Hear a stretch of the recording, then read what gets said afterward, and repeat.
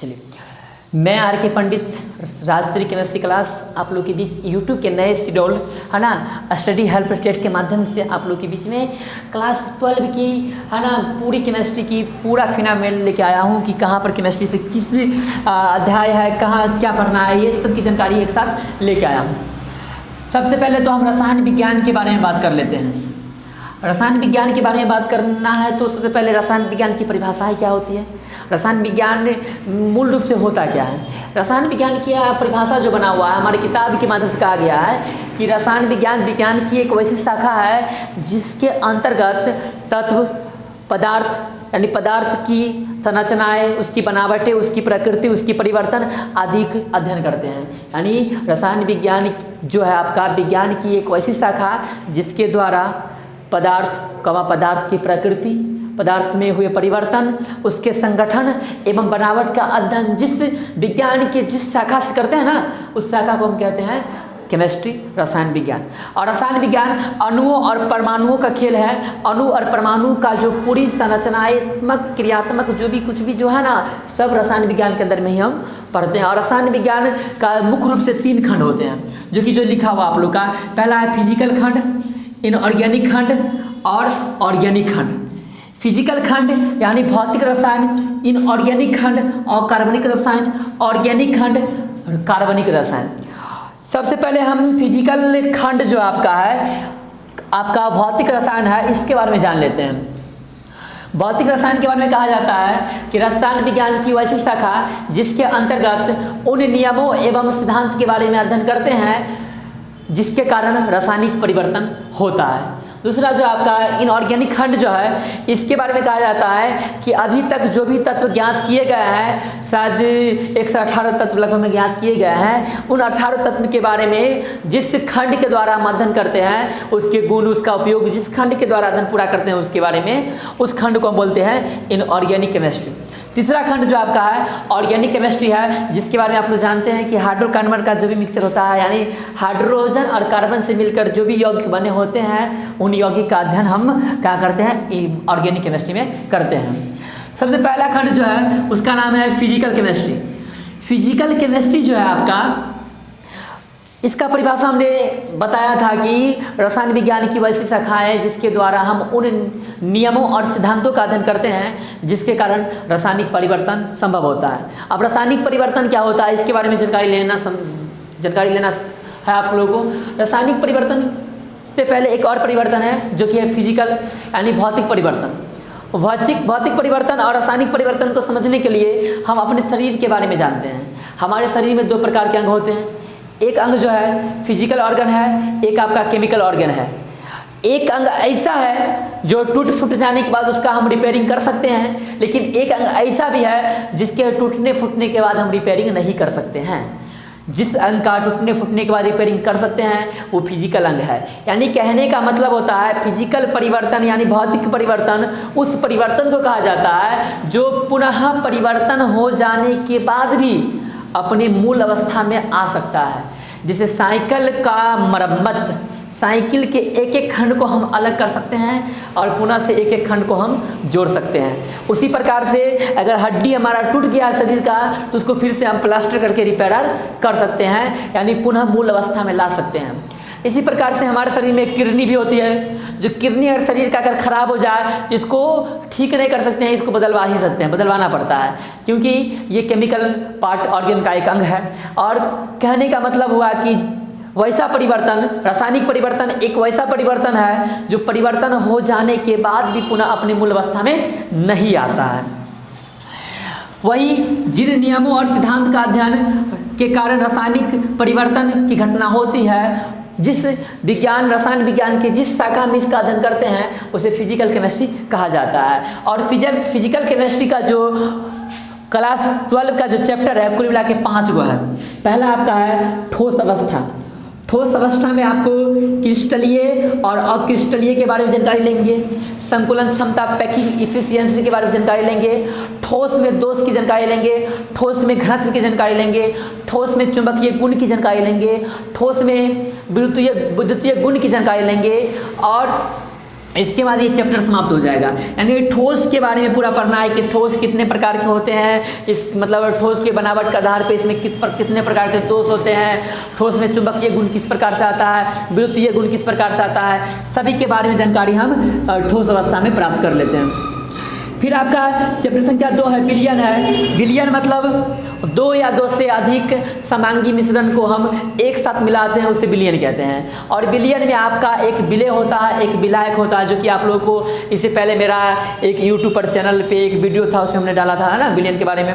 तो विलयन में आपको राउट का नियम इंपोर्टेंट है, राउट के नियम के बारे में जानेंगे, हेनरीज लॉ के बारे में जानेंगे, राउट के नियम के अनुसार वाष्प दाब में आपेक्षिक अपनमन को जानेंगे, क्वथनांक में उन्नयन को जानेंगे, हिमांक में अवनयन को जानेंगे, प्रसारण दाब को जानेंगे, उल्टा प्रसारण को जानेंगे, हाफ गुणांक के बारे में जानेंगे। सब के बारे में हम विलयन चैप्टर में जानकारी लेंगे। जबकि ये चैप्टर जब आप लोग को स्टडी कराया जाएगा, तब तक हम चाहेंगे कि आप लोग फिर से एक बार और मेरे चैनल को आप लोग सब्सक्राइब, जो नहीं किए नए आ रहे हैं चैनल पे, सब्सक्राइब कर दीजिए, है ना, और इसको शेयर कर दीजिए। और शेयर करने के बाद आप लोग क्लास हम इंट्रोडक्शन क्लास पहला दिन का है, कल से मेरा लेक्चर स्टार्ट होगा, ठोस अवस्था पे स्टार्ट होगा, है ना।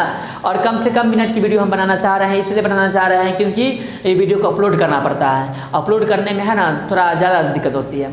और लाइव जब हम आएंगे तो वीडियो का, है ना, जो कि ड्यूरेशन है, समय जो है, इसको हम बढ़ा के 2 घंटा 3 घंटा जितना देर हम क्लास ले सकते हैं, उतना देर क्लास आप लोग के बीच में लेंगे। तीसरा जो आपको है इलेक्ट्रोकेमिस्ट्री है, यानी विद्युत रसायन चैप्टर है। जैसे आप लोग इलेक्ट्रिसिटी पढ़े होइएगा फिजिक्स में, तो वहाँ इलेक्ट्रॉन के कारण पढ़े होइएगा, यहाँ आवेश के कारण पढ़ना। आवेश किस में? विलयन में। विलयन कहने का मतलब हुआ जल में, जलीय विलयन में, या जल के किसी अन्य विलयन में, किसी प्रकार के अन्य विलयन में जो आपको रासायनिक ऊर्जा को विद्युत ऊर्जा में और विद्युत ऊर्जा को रासायनिक ऊर्जा में परिवर्तन जो किया जाता है, उस चैप्टर को हम विद्युत रसायन कहते हैं, जो कि आपको इस चैप्टर के माध्यम से जानकारी मिलेगी।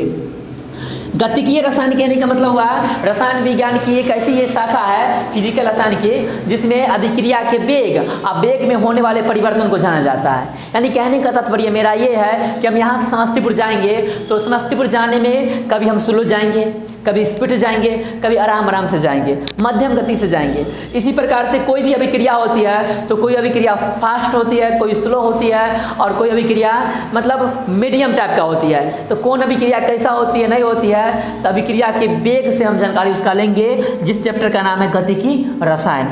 पृष्ठ रसायन जो है, सरफेस केमिस्ट्री जो है आपका फिजिकल का सबसे आखिरी मतलब चैप्टर है। इस चैप्टर में आपको किसी भी वस्तु की ऊपरी सतह में होने वाली घटना को दर्शाते हैं। जैसे मार्कर है, मार्कर की ऊपरी सतह में कौन घटना होती है, इस घटना को हम फिजिकल के अंतिम चैप्टर जो कि आपका पृष्ठ रसायन के बारे में पृष्ठ रसायन के जरिए हम इसके बारे में जानकारी लेंगे।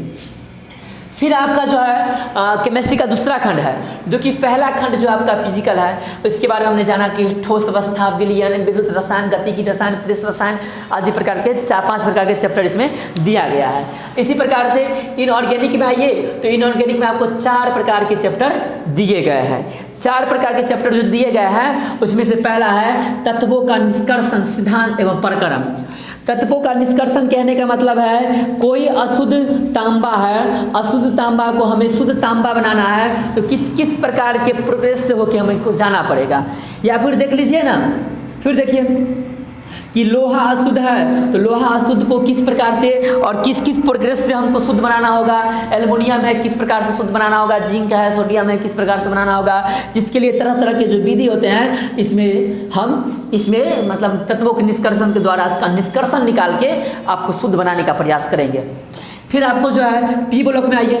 पी ब्लॉक जो है आपका चैप्टर, ये आपका पूरा रसायन विज्ञान का सबसे बड़ा चैप्टर है, सबसे बड़ा चैप्टर है, क्योंकि इसमें आपको कहीं ना कहीं पी ब्लॉक के सभी प्रकार के जो पी ब्लॉक में जो भी आते हैं वर्ग, है ना, वर्ग जो पढ़े हैं आप लोग, आवर्त सारणी में उदर्ग स्तंभ जो होते हैं वर्ग, उसमें जो भी वर्ग है पी ब्लॉक का, उसमें आपको इसके बारे में पढ़ना है। 2 को छोड़ के, 2 को हम पढ़ चुके हैं, 2 है जो आपका वर्ग, वो हमने 11th में पढ़ चुका है। 2 के बाद जो भी आएगा उसको पढ़ना है, और इसमें उसका गुण, उपयोग और उससे किस किस प्रकार का यौगिक का निर्माण हो रहा है उसके बारे में भी हम पढ़ेंगे। जैसे में सल्फ्यूरिक अम्ल के बारे में पढ़ेंगे, अमोनिया के बारे में पढ़ेंगे। हाँ, अमोनिया को हैदर विधि से बनाया जाता है, आप लोग नोटेट कर लीजिए भी। फिर आपका डी ब्लॉक है। डी ब्लॉक में आपको डी ब्लॉक में कौन कौन से तत्व आते हैं इसके बारे में जानकारी लेना है आपको। और आपका जो आखिरी जो आपका है इनऑर्गेनिक का जो है अकार्बनिक रसायन का जो चैप्टर है जो आपका, उसका नाम है कोऑर्डिनेशन कंपाउंड, जिसको उपसंयोजक यौगिक कहते हैं। और इसमें आपको बड़े बड़े यौगिक का नामकरण सीखना सीखेगा। जैसे आपको ये लिखा हुआ है CnFe4X6 या CN6, अगर ऐसे लिखा हुआ है या Cu लिखा हुआ है, यानी कोई भी कंपाउंड लिखा रहेगा है ना, कोई भी कंपाउंड रहे तो इस कंपाउंड का नाम किसके जरिए लिखेंगे? तो चैप्टर संख्या 9 है, पूरा रसायन विज्ञान का चैप्टर संख्या ये 9 है और इनऑर्गेनिक का चैप्टर संख्या ये 4 है। इसके माध्यम से हम इसके बारे में जानकारी लेंगे कि बड़े बड़े कंपाउंड का नाम क्या होता है, किस प्रकार से EAN क्या होता है, इसके बारे में जानकारी यहाँ पे हम लेंगे। फिर आइए ऑर्गेनिक, जो कि रसायन विज्ञान की सबसे आखिरी शाखाएं हैं और आखिरी शाखाएं का जो चैप्टर है जो इस प्रकार से लिखा गया है। कुल मिला के 7 चैप्टर इसमें है। सबसे पहला तो हम नीचे से स्टार्ट करते हैं। हमारे दैनिक जीवन में रसायन का उपयोग, जो भी दवा लेते हैं, मेडिसिन या जो भी वस्तुएं बना हुआ है इनऑर्गेनिक का, उसके बारे में जानकारी लेना है। खास कर समझिए ना, इसमें मेडिसिन के बारे में जानकारी लेना है कि प्रतिजैविक का काम क्या है, एस्प्रिन का काम क्या है, या फिर बुखार लगने पर कौन सी दवा लेंगे, है ना, फिर आपको अगर कट गया उसमें दवा कौन लेंगे, यानी दवा के बारे में अक्सर जानकारी आपको चैप्टर संख्या सबसे नीचे वाला मिलता है। बहुलक कहने का मतलब हुआ कि हमने एथीन देखा है, एथीन है ना, इसी से बना हुआ पॉलीथीन बना हुआ ना, पॉलीथीन। अब पॉलीथीन जो बना हुआ है ये एथीन का ही ये बहुलक है। बहुलक का मतलब कई एथीन मिलकर पॉलीथीन का निर्माण किया है। तो किस प्रकार से निर्माण किया है इसके बारे में हम बहुलक नामक चैप्टर से जानकारी लेंगे। जैव अणु चैप्टर जब आएगा, जैव अणु चैप्टर के बारे में जानकारी लेंगे। DNA RNA शादी पढ़ना पड़ेगा इसमें, है ना। इसमें आपको प्रोटीन के बारे में जानकारी लेना होगा, ग्लूकोज के बारे में, है ना, सुक्रोज के बारे में जानकारी लेना होगा। एमीन चैप्टर है, यानी आपको लेना है, वीडियो करो, है ना। एमीन के बारे में जानकारी लेंगे। मुख्य बात यह है कि हमारे यहाँ की बिजली कट गई है, जिस कारण से, है ना, थोड़ा पिक्चर साफ दिखाने पड़ रहा होगा, है ना। एमीन के बारे में जानकारी ले रहे हैं। अगर 5 मिनट के अंदर बिजली नहीं आती है तो वीडियो को हम रोक देंगे और इस वीडियो को यहाँ से फिर से दोबारा बनाने का प्रयास हम करेंगे और बना भी देंगे। एमीन के बाद आपको देखिए एल्डिहाइड, कीटोन, कार्बोक्सिलिक एसिड के बारे में जानकारी लेना है। COOH होता है कार्बोक्सिलिक एसिड का, इसकी जानकारी लेना है। अल्कोहल, फिनोल, है ना, इथर के अल्कोहल OH, है ना। फिर आपको हेलोएरियंस और हेलोएरियंस कहने मतलब हेलो एल्केन कहने का मतलब हुआ कि जब किसी भी एल्केन कंपाउंड में आपको X मतलब फ्लोरीन, क्लोरीन, ब्रोमीन, आयोडीन जुड़ जाएगा तो उसे हेलो एल्केन्स कहेंगे। और हेलो एलियंस जो कि इसका पहला चैप्टर है, यहाँ से जानकारी हम लेंगे। यहाँ की बिजली कट गई है जिस कारण से वीडियो बनाने में हमें असुविधा हो रही है, खेद हो रही है, और हम पुनः एक चैप्टर का हम लेक्चर लेके आएंगे। 40-45 मिनट का जो वीडियो आएगा, 20-25 मिनट का वीडियो जो आएगा, और वीडियो कल से प्रारंभ हो रही है पूरा। आप लोग हमारे इस YouTube चैनल को बनाए रखें, हमारे चैनल को सब्सक्राइब करें, शेयर करें, बेल आइकन भी दबा दीजिए और साथ में इस वीडियो को लाइक कीजिए, है ना। आपके लाइक से हम वीडियो बनाते हैं, लाइक नहीं तो वीडियो नहीं, है ना। चलिए, नमस्कार।